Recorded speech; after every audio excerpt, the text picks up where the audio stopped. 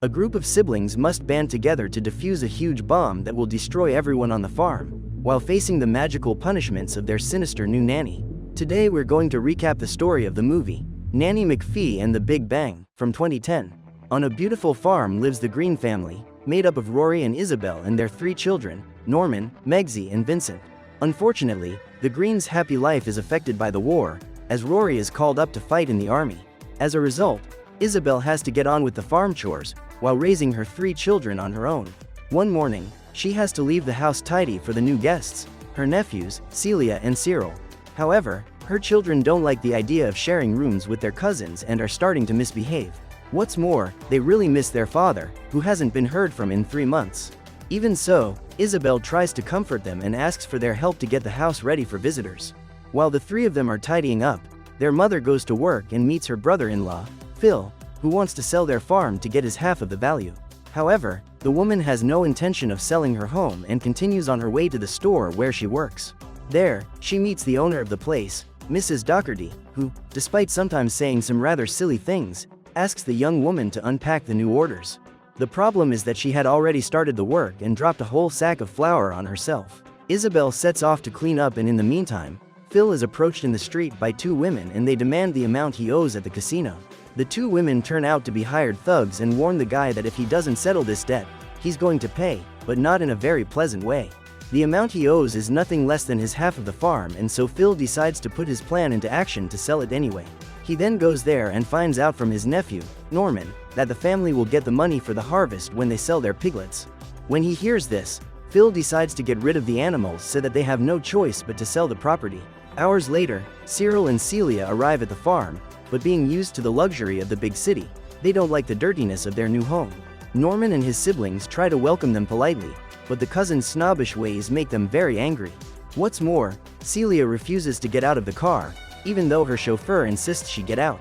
He tries to pull her out by the foot, only for him to slip and fall right into the middle of a pond. Annoyed, he gets up and gives Celia's clothes to her brother so that he can leave as soon as possible.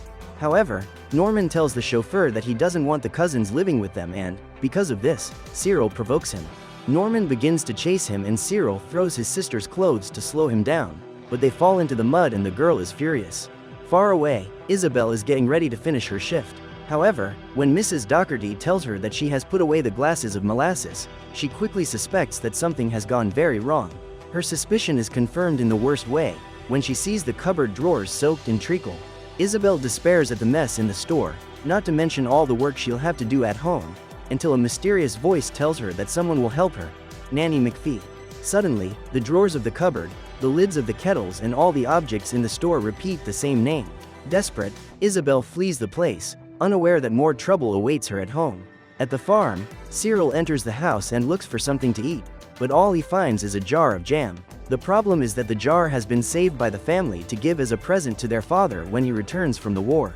Even so, the boy doesn't care and opens the jar, which makes Norman, Megzie and Vincent run after him.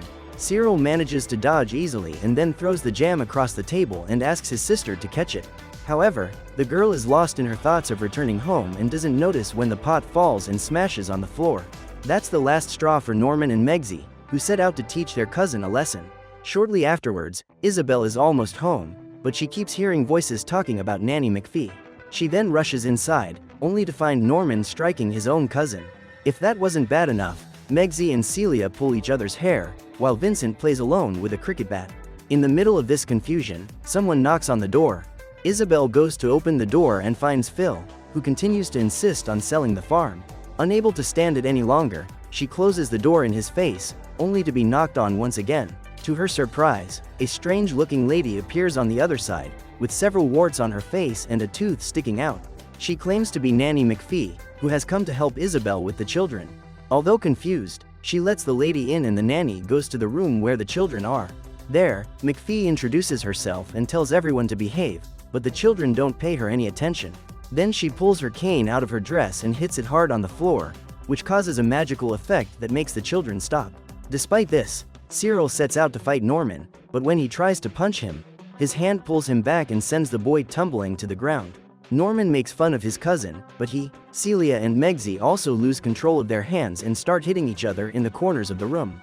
Finally, Vincent is missing, and through the nanny's magic, he starts breaking his mother's dishes with his stick. The children soon realize that this is McPhee's fault, and she tells them that if they apologize and stop fighting, everything will go back to normal. However, they refuse and continue to hurt each other, with the girls pulling their own hair, while Norman and Cyril hit each other with their hands.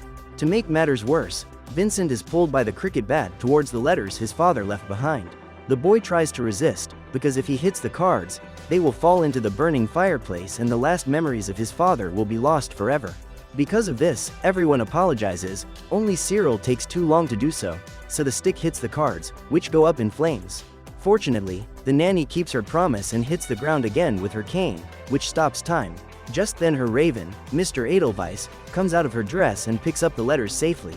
However, she doesn't seem too happy about his presence, as the bird often eats what he shouldn't on his travels. Finally, McPhee taps her cane on the floor again and time returns to normal. After this magical experience, she tells everyone to go to bed and the children obey without question. The last to leave is the youngest brother, Vincent, who puts his father's letters back and realizes that the whole room has been restored. The boy thanks Nanny McPhee, which magically makes one of her warts disappear. Soon after, she sends the crow away and meets Isabel, who is surprised by what the nanny has done to the kids. She tells them that the children need to learn 5 lessons and that the first one has been completed, learning not to fight. McPhee then goes to the children's room and tells them how she will be staying in the house. If her presence is necessary, even if the children don't like her, the nanny will stay. But if the children like her but her services are no longer necessary, the nanny will leave.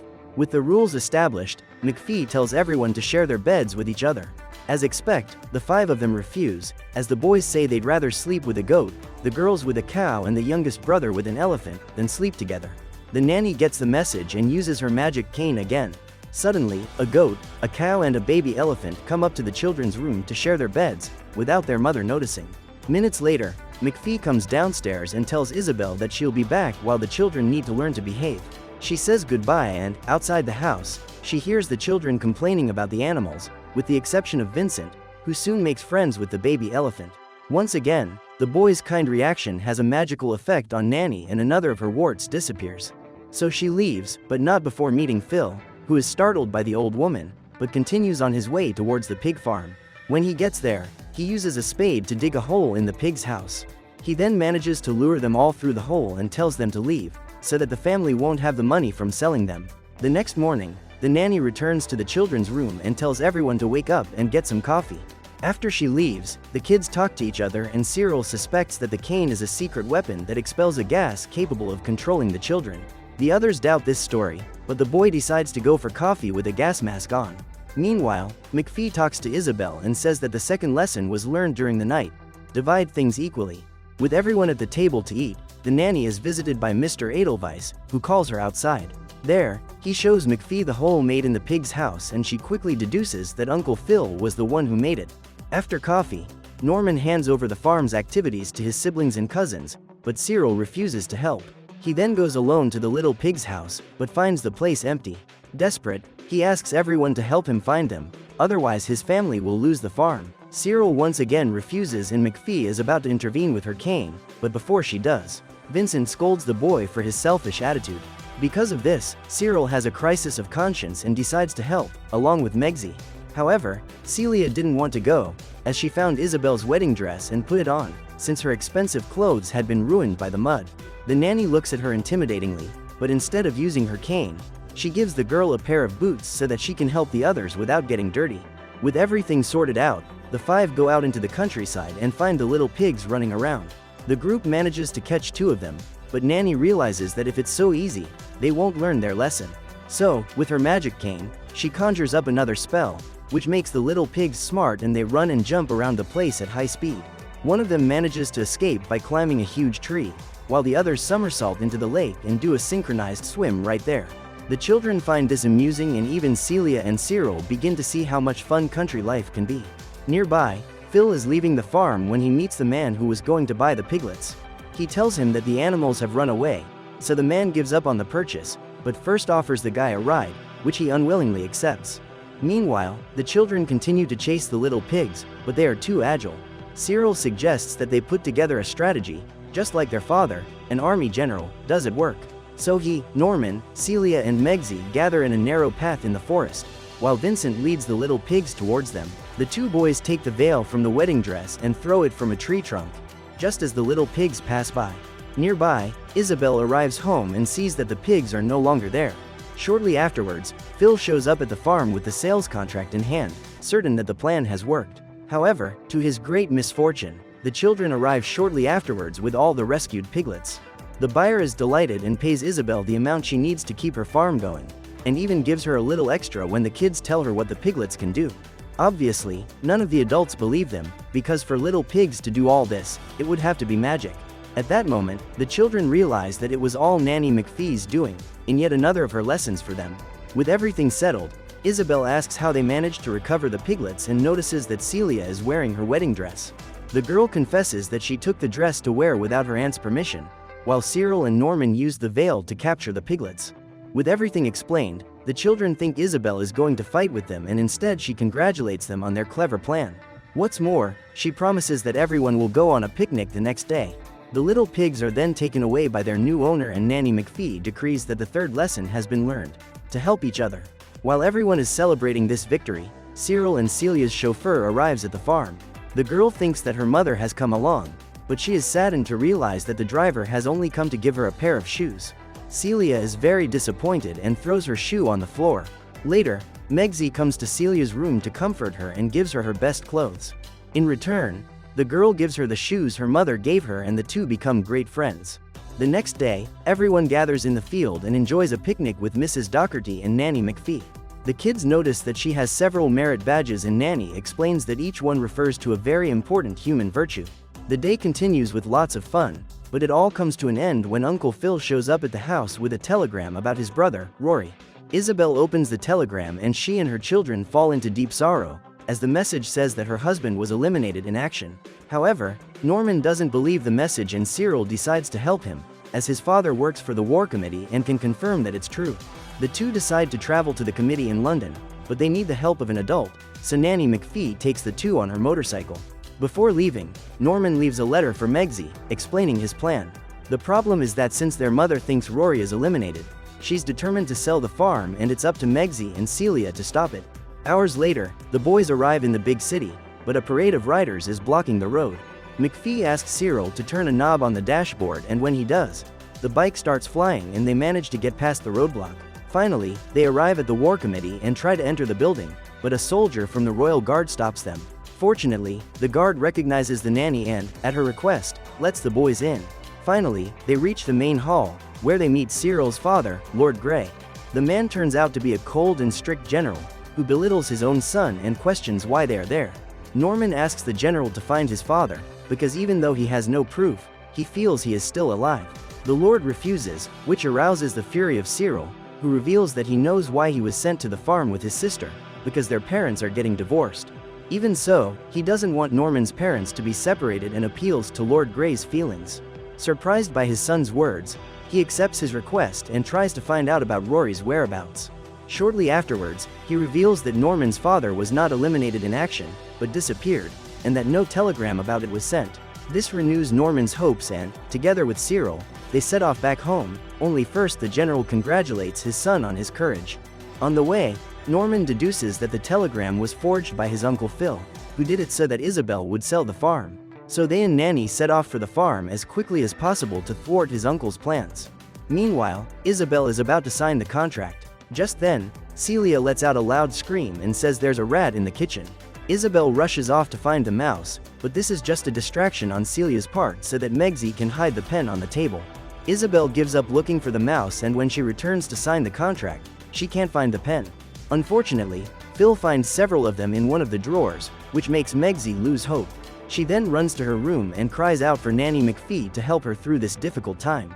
The girl's call reaches the nanny's ears, who revs up the bike at sonic speed and asks Norman to tap her cane on the ground. The magic makes Vincent's elephant appear to the boy in the barn, and then he enters the house without anyone noticing.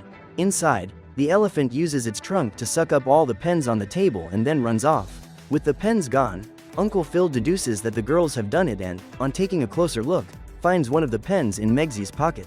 Finally, Isabel begins to sign the contract and there is nothing more that can be done. But suddenly a fighter plane flies over the farm and the pilot has the flu. He sneezes so hard that he drops a huge bomb in the middle of the harvest. Fortunately, it doesn't explode, but Phil thinks it's a sign of the women who are chasing him and have come to collect their debt. Just then, the village guard shows up to warn everyone about the bomb and try to defuse it. Soon after, Norman appears at the house and reveals the truth about his uncle, as well as the truth about his father's whereabouts. His mother is extremely happy with the news, but there is still a bomb that could go off at any moment. So they leave Phil locked up in the house as punishment for what he's done, while the others go to help the guard defuse the explosive. The old man climbs onto a ladder and reads his manual for defusing bombs, only to realize the complexity of the device and faint. The kids then run to the bomb and work as a team to defuse it. Following the old man's manual, they cut the blue and red wires. However, instead of disarming, the bomb starts a detonation countdown, and in a matter of seconds, everything explodes. To stop the explosion, the green wire has to be cut, but it's covered in an explosive mass. Nearby, things aren't much better for Phil. The debt collectors find him inside the house, bound in handcuffs, and say they've come to collect his debt. All seems lost, but Mr. Edelweiss flies up to the bomb and starts devouring the explosive mass. Thanks to this, Megzy can see the green wire, and at the last second, she cuts it and the bomb is deactivated. Thanks to this, the kids have learned the nanny's fourth lesson: to act courageously. Everyone is safe, but Mr. Edelweiss's body is swollen from the explosive mass. Seeing this, McPhee uses her magic to save him, and then the bird puts all the magic out with a powerful burp, which hits Isabel's house and throws the criminals far away. But the magic isn't over yet, and the babysitter uses her power to get the whole harvest ready. Thanks to this miracle, the family's future is guaranteed. While everyone is celebrating the harvest, Nanny McPhee says goodbye to Mrs. Doherty, who turns out to be Agatha, the baby she took care of years ago. So she leaves, but she leaves the kids her last present, their merit badges for each of them. However, none of them want to accept the nanny leaving, as they have forgotten her main rule: once the children like her, but no longer need her, the nanny must go. Nevertheless, Isabel and the kids run after her and reach the farm, where they find Rory, who has returned from the war, alive. When he sees his wife and children, the soldier runs to hug them, happy to be reunited again and with a bigger family, now that Cyril and Celia are part of it. With her mission accomplished, Nanny McPhee, with her rejuvenated appearance, declares that the fifth lesson has been fulfilled: to have faith. And finally, together with her raven companion, Nanny disappears over the horizon, ready to help another family. So what did you think of this movie? Leave it in the comments below. And if you liked the video, like and subscribe for more movie recaps. See you next time.